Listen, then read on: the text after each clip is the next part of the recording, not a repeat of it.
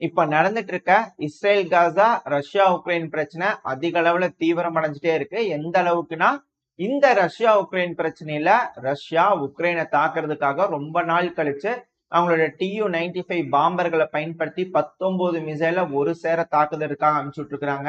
உக்ரைனோட பல பகுதிகளையும் குறி வச்சு, அதுவும் குறிப்பா இன்னைக்கு காலையில, அதாவது டிசம்பர் 8ஆம் தேதி காலையில இது போல ஒரு மிகப்பெரிய தாக்குதல் பண்ணிக்கிறாங்க. இது மட்டும் இல்ல, கூட ஒரு 7 ட்ரோன்களை அனுப்பிட்டு இருக்கிறாங்க. இது போல 19 மிசைல் வந்ததுல 14 மிசைலை நாங்க தாக்கி அழிச்சிட்டோம், 7 ட்ரோன்கள் வந்ததுல 5 ட்ரோன்களை தாக்கி அழிச்சிட்டோம் அப்படிங்கிறது போல உக்ரைன் தரப்புலன்னு சொல்லிக்கிறாங்க. இதனால என்ன சேதம் ஏது என்ற தகவலும் வெளியே வரல. வந்துச்சுன்னா அடுத்த பதிவுல பார்ப்போம். ஆனா இந்த இஸ்ரேல் காசா பிரச்சனையில இந்த கான் நியூஸ் இருக்குல்ல, அந்த பகுதியில் இருக்கக்கூடிய ஹாஸ்பிட்டல் எல்லாம் தாக்க ஆரம்பிச்சிட்டாங்க. ஹாஸ்பிட்டல் பக்கத்துல பெருமளவுல தாக்குதல் நடக்குது. இதனால உயிர் சேதங்கள் அதிகரிச்சிருக்கு. சிவிலியன் வாழும் பகுதியா இருக்கிறதுனால அந்த சிவிலியன் பில்டிங்ஸ் தான் அதிக அளவுல டேமேஜ் ஆயிருக்கு அப்படிங்கிறது போல குற்றச்சாட்டுலாம் வந்துகிட்டு இருக்கு. இது போல பல தகவல்கள் தான் இந்த பதிவுல நம்ம பார்க்க போறோம். அனைவருக்கும் வணக்கம். நான் உங்கள் செந்தில். இது உங்கள் செந்தில் டிஃபென்ஸ். பதிவுக்குள்ள போறதுக்கு முன்னாடி நம்ம சேனல் இன்னும் சப்ஸ்கிரைப் பண்ணலன்னா மறக்காம சப்ஸ்கிரைப் பண்ணிட்டு கூடவே பக்கத்துல இருக்கிற பெல் ஐக்கான்ல ஆல் ஆப்ஷன் சூஸ் பண்ணிக்கோங்க. அப்பதான் நம்ம எப்ப பதிவுக்குள்ள போட்டாலும் உங்களுக்கு இன்ஸ்டா நோட்டிபிகேஷன் வரும். அது கூடவே நம்மளோட சேனலும் அடுத்த வளர்ச்சி அடையும். எனக்கும் கொஞ்சம் மோட்டிவேஷனா இருக்கும். எனக்காக நம்ம சேனலை சப்ஸ்கிரைப் பண்ணுவீங்கிற நம்பிக்கையில பதிவுக்குள்ள போயிடலாம். முதல் செய்தியா நம்மளோட அக்னி 1 திரும்பவும் டெஸ்ட் பண்ணி பார்த்திருக்கோம். இதுக்கு முன்னாடி ஜூன் மாசம் டெஸ்ட் பண்ணி பார்த்திருந்தோம். இப்ப திரும்பவும் நேத்திக்கு, அதாவது டிசம்பர் 7ஆம் தேதி டெஸ்ட் பண்ணி பார்த்துக்கிறோம். வழக்கம் போல டெஸ்ட் ரிசல்ட் எப்பவுமே சக்சஸ் தான். இந்த வகையான மிசைல்கள் 1979ல இருந்தே நம்மளோட சர்வீஸ்ல இருக்கு. இது ஒரு short range ballistic missile. Short ரேஞ்ச்னாலும் 700 கிலோமீட்டர்ல இருந்து 1200 கிலோமீட்டருக்குள்ள இருக்கக்கூடிய இலக்கை துல்லியமா தாக்கி அளிக்கும். இதுல பயன்படுத்தக்கூடிய கைடன்ஸ் சிஸ்டம் ரெண்டுமே இருக்கு. ஜிபிஎஸ், நாவிக், இந்த சேட்டலைட் கம்யூனிகேஷனுக்காக. இதுலயே இன்னர்ஷியல் கைடன்ஸ் சிஸ்டமும் இருக்கு. இந்த ஒரு காரணத்தினால இலக்கை குறி வச்சதுன்னா துல்லியமா தாக்கி அளிக்க முடியும். ஏன்ப்ப இது ஒரு மீடியம் ரேஞ்ச் தானே வரும், ஏன்னா 1000 கிலோமீட்டருக்கு மேல வருது அப்படின்னு கேட்டீங்கன்னா, இந்த மிசைல்ல பல வகையான வார் ஹெட்ஸ் இருக்கு. கன்வென்ஷனல் வச்சுக்கலாம், கிளஸ்டர்ஸ் வச்சுக்கலாம், ஏன் தெர்மோபேரிக் வச்சுக்கலாம். இது போல பல வகையான வார் ஹெட்ஸ் நம்மளுக்கு என்ன தேவையோ அதுக்கு ஏற்ப இதை டிசைன் பண்ணிக்கலாம். அப்படி செய்யறதுனால எடை வேரியேஷன் இருக்கு. 1000 கிலோல இருந்து 2500 கிலோ வார் ஹெட் வரைக்கும் தூக்கிட்டு போறதுனால இதோட ரேஞ்சு 700 கிலோமீட்டர்ல இருந்து 1200 கிலோமீட்டர் வந்துருது. அதனால நீங்க என்ன பேலோடு, என்ன வெயிட் வைக்கிறீங்களோ அதுக்கேற்றபடி இந்த மிசைல் ஷார்ட் ரேஞ்சாவும் வேலை செய்யும், மீடியம் ரேஞ்சாவும் வேலை செய்யும். ஏன்னா 1000 கிலோமீட்டருக்கு மேல போயிடுச்சுன்னா அது மீடியம் ரேஞ்சுக்குள்ள வந்துடும். அதுவும் இந்த வகையான missile single stage solid fuel ballistic missile. Single ஸ்டேஜ்னா ஒண்ணு இல்லைங்க, ஒன்ஸ் இலக்கு இதுதான் அப்படின்னு சொல்லி கொடுத்து ஃபீடு பண்ணி லான்ச் பண்ணோம்னா நேரா இலக்கு நோக்கி போய் விழுகும். அதான் சிங்கிள் ஸ்டேஜ். இந்த வகையான மிசைல ஒடிசால வச்சு நேத்துக்கு, அதாவது டிசம்பர் 7ஆம் தேதி நம்ம அப்துல் கலாம் ஐயா அவர்கள் இருக்காருல, அவரோட நினைவா ஐலாண்டுக்கு பேர் வச்சிருந்தோம். அந்த ஐலாண்ட்ல இருந்து ஏவி சோதனை பண்ணி பாத்துக்கிறாங்க. எப்பவும் போல சோதனை சக்சஸ்ஃபுல்லா முடிஞ்சிருக்கு அப்படிங்கிறது போல சொல்லிக்கிறாங்க. இப்ப அப்படியே இந்த ரஷ்யா உக்ரைன் பிரச்சனைக்கு வந்தோம்னா, இந்த ரஷ்யா உக்ரைன் பிரச்சனையில உக்ரைன் போன பிப்ரவரி மாசத்துல இருந்தே ஜெனரல் மொபைலைசேஷன் தொடர்ந்து பண்ணிட்டு இருக்கிறதுனால அதிகமான எக்ஸ்பீரியன்ஸ்டு பர்சன்ஸ் இல்லாம போயிட்டாங்க ராணுவத்துல அப்படிங்கிறது போல வாஷிங்டன் போஸ்ட்னு சொல்லிக்கிறாங்க. ஒரு ஆர்டிக்கல் வந்திருக்குது. ஏன்னா அவங்க சொல்றதை வச்சு பார்த்தா போன பிப்ரவரியில இருந்தே ராணுவத்துக்கு ஆள் வேணும்னு சொல்லிட்டு சும்மா இமீடியட்டா சீக்கிரமா ட்ரைனிங் கொடுத்தா, அது நேட்டோ ஸ்டாண்டர்ட்ல ட்ரைனிங் கொடுத்துக்கிறாங்க. இருந்தாலும் வெல் எக்ஸ்பீரியன்ஸ் இல்லாதனால அந்த களத்துல இறங்குறாங்க இல்லையா. எக்ஸ்பீரியன்ஸ் சும்மா ஏதோ ஒரு பேரு கொடுத்துட்டு முன்னாடி அனுப்பி விட்டுருப்பாங்க. ஏன்னா 3 மாசத்துல ஒரு விஷயத்தெல்லாம் கத்துக்கிட்டு ஃப்ரண்ட் லைனுக்கு போனா அவங்களுக்கு என்ன செய்ய முடியும்? ஏன்னா எதிரில் நிக்கிறவங்க யார்? இது போல ஜெனரல் மொபைலைஸ் பண்ணவங்களா கிடையாது, வெல் ட்ரைன்டு ப்ரொஃபஷனல்ஸ். அவங்களுக்கு ஒரு கிரினேடை எப்படி வீசணும், எந்த ஆங்கிள் வீசணும், இது போல விஷயங்கள்லாம் அவங்களுக்கு தெரிஞ்சிருக்கும். பல நாள் ட்ரைனிங் எடுத்திருப்பாங்க. ஒரு கிரினேடை எப்படி பிடிக்கணும், எப்படி வீசணும். நம்மளுக்கே தெரியும், நம்ம சும்மா பார்க்கலாம் எல்லாம் செய்யலாம், ஆனா வீசணும்னு நினைச்சோம்னு வச்சுக்கோங்க, அந்த இடத்துல தான் பிரச்சனை இருக்கு. எந்த டைமிங்ல வீசணும், எல்லாம் குறி வச்சு வீசுறதுல கொஞ்சம் பிரச்சனை இருக்கும். அதனால இவங்க சொல்றதை வச்சு பார்த்தா ட்ரைனிங் இல்லாததுனாலதான் இது போல தோத்துருப்பாங்க அப்படிங்கறது போல சொல்லிடுவாங்களா அப்படிங்கிற போல கேள்வி எல்லாம் வந்திருக்கு. எது எப்படியோ இப்ப நடந்துட்டு இருக்கக்கூடிய ரஷ்யா உக்ரைன் பிரச்சனையில உக்ரைனோட கூட்ஸ் உக்ரைனுக்கு வராம பெருமளவுல போலாண்ட்ல இந்த போலாண்டோட மக்களால தடுத்து நிப்பாட்டி வச்சுக்கிறாங்க. அதுவும் குறிப்பா இந்த போலாண்டோட லாரி உரிமையாளர்கள், லாரி ஓட்டுநர்கள்லாம் புடிச்சு வச்சுக்கிறாங்க. இதனால உக்ரைனுக்கு வேணுங்கிற ராணுவ உதவிகளும் டைமுக்கு கிடைக்க மாட்டேங்குது.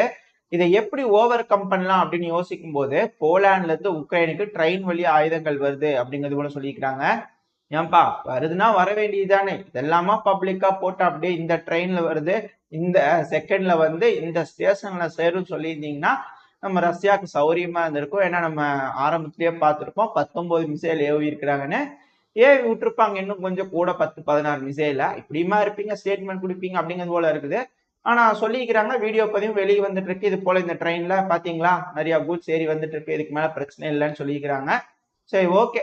இப்ப இதெல்லாம் வச்சு பார்க்கும்போது இதுக்கப்புறம் இந்த ரஷ்யா உக்ரைன் பிரச்சனையில அதிக அளவுல உக்ரைன் ட்ரோன்களை பயன்படுத்துவாங்க அப்படிங்கறதோட சொல்லிட்டு இருக்காங்க அனலிஸ்ட்லாம். ஏன்னா இத்தனை நாளா வந்து பாத்தீங்கன்னா இந்த போர்க்காலத்துல இந்த முன்னாடி நின்று ஃப்ரண்ட் லைன்ல சண்டை பிடிக்கிறாங்கல்ல, அவங்களுக்கு வேணுங்கிற ட்ரோன் சப்போர்ட் உக்ரைனால கொடுக்க முடியல. காரணம் இந்த போலாண்டு. எங்களுக்கு வர வேண்டிய ஆயுத உதவிகள் தடுக்காட்டி நிப்பாட்டிக்கிறாங்க அப்படின்ற குற்றச்சாட்டு வச்சிருக்காங்க. இப்ப அதுக்கு ஆல்டர்னேட் வழி கிடைச்சிருச்சு. இதுக்கப்புறம் என்ன பண்றாங்கன்றத பொறுத்து இருந்து பார்ப்போம். அப்புறம் உக்ரைன் கிட்ட எல்லாரும் கேட்கிற ஒரு கேள்விதான், ஏங்க ஆத்விகால நிலைமை மோசமா இருக்கு, பக்முட்ல நிலைமை மோசமா இருக்கு. ஏன்னா ஆத்விகால சில பகுதிகளில் இன்னுமே கூட முன்னேறி வந்துட்டு இருக்காங்க ரஷ்ய வீரர்கள் அப்படின்ற தகவல் வீடியோ பதிவுகள்லாம் வந்துட்டு இருக்கு, ஜியோலொகேஷன்லாம் பண்ண முடியுது. அது கூட பக்முட்டோட புறநகரங்கள்ல சில முக்கியமான மலைப்பகுதிகள் இப்ப ரஷ்யாவோட கைவசம் வந்துருச்சு. சில ஸ்ட்ராங் ஹோல்ட் இன்னும் உக்ரைனோட கைப்பிடியில இருந்தாலும் வந்து பிடிச்சிருவாங்க சீக்கிரமா அப்படிங்கிறாங்க. அடுத்தடுத்த மலைகளை நோக்கி ரஷ்ய வீரர்கள் போயிட்டு இருக்காங்க அப்படிங்கறது புரிஞ்சுக்க முடியுது. இப்போ ஃப்ரண்ட் லைன் வந்து உக்ரைனுக்கு சாதகமா இல்ல, என்ன பண்ண போறீங்க அப்படின்ற கேள்வி இருக்கும்ல. இப்ப அதுக்கு ஒரு பதிவு அமைச்சிருக்காங்க, வெளியிட்டு இருக்காங்க. இந்த பதிவை நீங்க பார்க்கும் போதே தெரியும், பூரா சிபேபி ட்ரோன். அப்போ உக்ரைன் இதுக்கப்புறம் பெருமளவுல இந்த கருங்கடல்ல இந்த ட்ரோன்களை வச்சு ஆட்டம் ஆடுவாங்க அப்படிங்கறதுல மாற்று கருத்து இல்ல. இதை பார்க்கும்போது நம்மளால தெரிஞ்சுக்க முடியுது. சரி, அப்ப ரஷ்யா இதுக்கு ஏதாவது பண்ணிருக்கிறாங்களா அப்படின்னு கேட்டீங்கன்னா, ரஷ்யா ஒண்ணு பண்ணிருக்கிறாங்க. அது ரஷ்யா தரப்புல இருந்து சொல்லல. இதை வந்து எப்போ இந்த சேட்டலைட்ல முஞ்சிட்டு இருக்கும்ல, அது போல முஞ்சிட்டு இருக்கும்போது போட்டோ பிடிச்சிக்கிறாங்க. அப்படி போட்டோ பிடிச்சதுல என்னப்பா ஏதோ செவஸ்டாபோல்ல என்னென்னமோ தெரியுது கடல் பகுதியில அப்படின்றது போல ஜூம் பண்ணி பாத்துக்கிறாங்க. அப்படி பார்க்கும்போது தான் தெரிஞ்சிருக்குது, இது போல ட்ரோன்கள் இந்த செவஸ்டாபோல் போர்ட்டுக்குள்ள வந்துடக்கூடாதுன்றதுக்காக ட்ரோன் பேரியர்ஸ் அதிக அளவுல அமைச்சிருக்கிறாங்களாமா. இது இந்த ட்ரோன்களை தடுத்து நிறுத்தும் அப்படிங்கிறது போல சொல்லியிருக்கிறாங்க. இதே சமயத்துல நம்ம ரஷ்யாவும் ட்ரோன்களை சோதனை பண்ணி பார்த்துட்டாங்க, இந்த நேவல் வெசலை சோதனை பண்ணிட்டாங்க. ஆக உக்ரைன் கிட்ட இப்ப அதிக அளவுல ட்ரோன்களும் வந்துருச்சு, சிபிபி ட்ரோன்கள் தயார் நிலையில இருக்கு, கருங்கடல்ல ஒரு விளையாட்டு இருக்கு அப்படிங்கறதுல மாற்று கருத்து இல்ல. சரி, இப்ப விஷயத்துக்கு வா. இது போல அதிக அளவுல ட்ரோன்களை பயன்படுத்தி ரஷ்யா தாக்குதல் பண்ணிட்டு இருந்தாங்கன்னா எப்படி ரஷ்யாவோட அஃபென்ஸை வந்து குறைக்க முடியும், இந்த முன்னேறி வர்றதை வந்து தடுக்க முடியும் வீரியத்தை அப்படின்னு கேட்டீங்கன்னா, உக்ரைன் இந்த கிரீமியாவை பிடிக்கணும்ன்றதுதான் முழு முதற் கனவா வச்சுக்கிறாங்க. அப்படி இருக்கும்போது இந்த ட்ரோன்களை முதல்ல ஏவும் போது இந்த ட்ரோன்கள் பின்னாடி வரக்கூடிய உக்ரைனியன் வீரர்கள் லேண்டிங் ஆபரேஷனுக்கு வருவாங்க இல்லையா, அவங்களுக்கு துணையா வரும். அவங்களுக்கு பின்னாடி ஏர் சப்போர்ட் இது போல விஷயங்கள்லாம் கொடுத்தாங்கன்னா இந்த வீரர்கள் பெருமளவுல போய் கிரீமியாவை தாக்குனாங்கன்னா ரஷ்யா இந்த ஆத்விகாவை பிடிக்கிறதுக்காக முன்னேறதோட வீரியம் கம்மியாகும். ஏன்னா அவங்களோட சோல்ஜர்ஸை வேற வழியே இல்லாம அதிக அளவுல கிரீமியா பக்கம் திருப்பணும். அப்படி திருப்பினாங்கன்னா இந்த இடத்துல சண்டை பெருமளவுல நடந்துட்டு இருக்கிறதுனால அந்த பக்கத்துல வந்து ரஷ்யாவோட முன்னேற்றத்தை தடுத்து நிறுத்த முடியும் அப்படிங்கிறது போல சொல்லிட்டு இருக்காங்க. பார்ப்போம், உக்ரைன் அவங்களோட லேண்டிங் ஆபரேஷன் செய்ய போறாங்களா, இல்ல ரஷ்யா ஆரம்பிச்சிருக்கிற அஃபென்சிவ்ல சக்சஸ் ஆக போறாங்களா, என்ன ஏதுன்றதெல்லாம் பொறுத்து இருந்தா பார்க்கணும். ஏதாவது அப்டேட்ஸ் வந்துன்னா அடுத்த பதிவுல தெளிவா பார்த்தலாம். இப்ப அப்படியே கிளம்பி இந்த இஸ்ரேல் பக்கத்துல வந்தீங்கன்னு வச்சுக்கோங்களேன்.